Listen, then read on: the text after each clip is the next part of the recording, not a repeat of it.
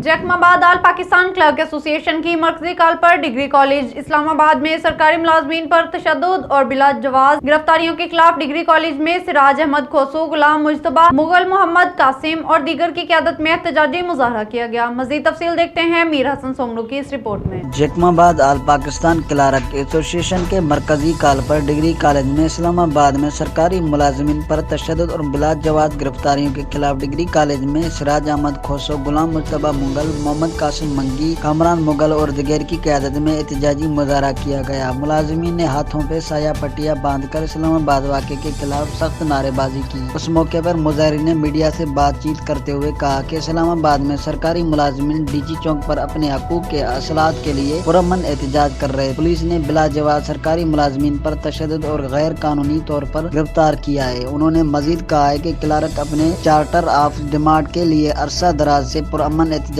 करते आ रहे हैं, मगर वफाकी हुकूमत सरकारी मुलाजिमीन के मुतालबात को तस्लीम नहीं कर रही है। उन्होंने वजीर आजम और सुप्रीम कोर्ट से अपील करते हुए मुतालबा किया है कि सरकारी मुलाजिमीन के जायज मुतालबात मंजूर करके मुलाजिमीन पहले ही बेचैनी को खत्म करवाया जाए। कैमरा टीम के साथ मीर हसन सुमरो, रास न्यूज़, जैकमाबाद।